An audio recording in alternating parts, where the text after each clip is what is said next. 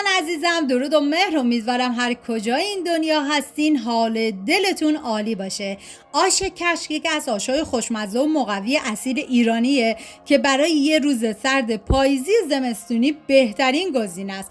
کافیه فقط یه بار امتحانش کنی که مطمئنم عاشقش میشی.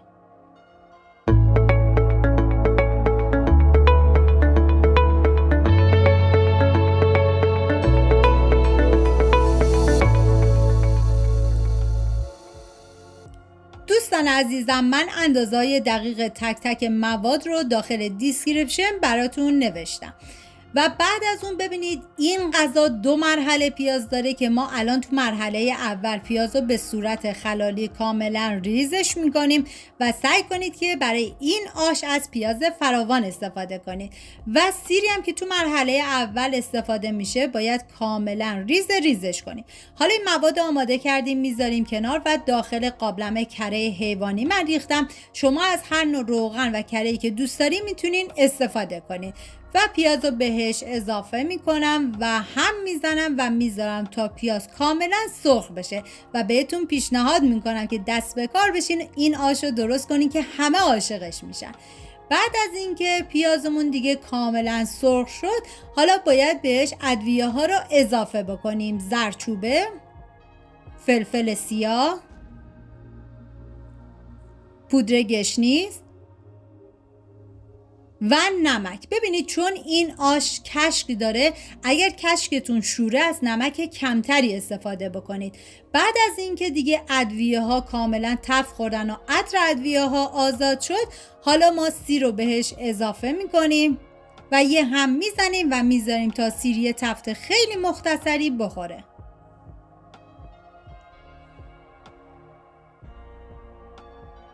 و حالا نعنا خشک رو من اضافه میکنم و یه هم میزنم تا نعنا یه تفت خیلی مختصر بخوره. نعنا رو نباید خیلی تفت بدی چون باعث میشه که تلخ شه. و حالا حبوباتی که از 24 ساعت قبل من خیس کردم و چندین مرتبه آبش عوض کردم میریزم داخل قابلمه و برنج و بلغور گندمم بهش اضافه میکنم. یه هم میزنم تا همه مواد با هم دیگه ترکیب بشن و حالا آب جوش بهش اضافه میکنم. ببینید همون اول آب به اندازه اضافه بکنید که دیگه وسط کار مجبور نشید آب بهش اضافه کنید و میذاریم تا حبوبات با برنج و بلغور و گندم کاملا پخته بشن و بعد از اون ما 1.5 ساعت آخر عدس و سبزی رو باید بهش اضافه بکنیم که حالا من سبزی رو میریزم. واقعا من هرچی از خوشمزگی این آش بهتون بگم واقعا کمه، جای تک تک شما دوستان عزیز خالی. هم میزنم تا همه مواد با هم دیگه ترکیب بشن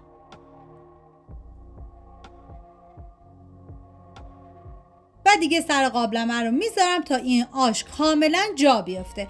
توی این فاصله میریم برای پیاز مرحله دوم که به صورت خلالی کاملا ریزش میکنم و سیر رو هم طبق تصویر برشش بزنید. حالا این سیر و پیاز رو ما میذاریم کنار. بعد داخل تابه‌ای من کره حیوانی ریختم و گفتم شما از هر نوع روغنی که دوست دارین میتونین استفاده بکنید و حالا پیاز رو میریزم داخل تابه، یه هم میزنم و میذارم تا پیاز کاملا سرخ بشه.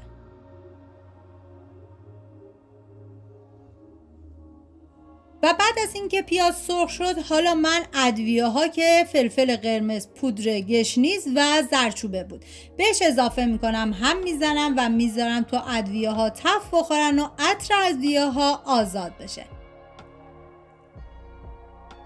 و حالا سیر رو میریزم داخل تابه و دوباره هم میزنم و میذارم تا سیرم کاملا تف بخوره.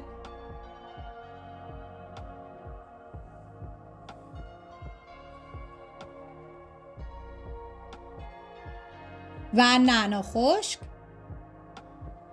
هم میزنم و میذارم تا نعنام یه تفت خیلی مختصری بخوره. و حتی شما میتونین از آویشن خشکم برای این آش استفاده بکنید، دیگه کاملا اختیاریه. و حالا من کشک و کمی رقیقش کردم و به پیاز اضافه میکنم و شروع میکنم به هم زدن تا کاملا همه مواد با هم دیگه ترکیب و یک دست بشن. بعد دیگه زیر گاز خاموش میکنم و میریم سراغ آشمون. ببینید چون این غذا بلغور گندم و برنج داره باید طی زمان پختش حتما چندین مرتبه هم بزنید که ته نگیره و من بعد از اون یه هم زدم و حالا کشک رو بهش اضافه میکنم. زمانی که کشک رو اضافه کردید باید به مدت 5 تا 10 دقیقه هم بزنید که کشکتون بریده نشه و بعد از اون بذارید به مدت نیم ساعت با حرارت کم دیگه آشتون کاملا جا بیفته. و اینجا من شروع میکنم به هم زدن.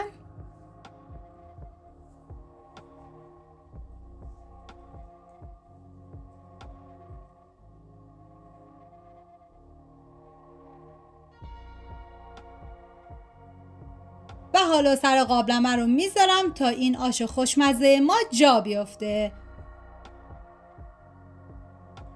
و اینم آش کشک خوشمزه ما جای تک تک شما دوستان عزیز خالی. راستی من منیره هستم، امیدوارم از این ویدیو خوشتون اومده باشه و اگه تا الان کانال رو سابسکرایب نکردید خوشحال میشم سابسکرایب کنید، برای دوستاتونم بفرستید، لایک و کامنتاتونم که کلی به من انرژی میده. و بعد با پیاز چیپسی و کشک تزیینش میکنیم. مرسی از همراهی همیشگیتون، تا یه خوشمزه دیگر، بدرود.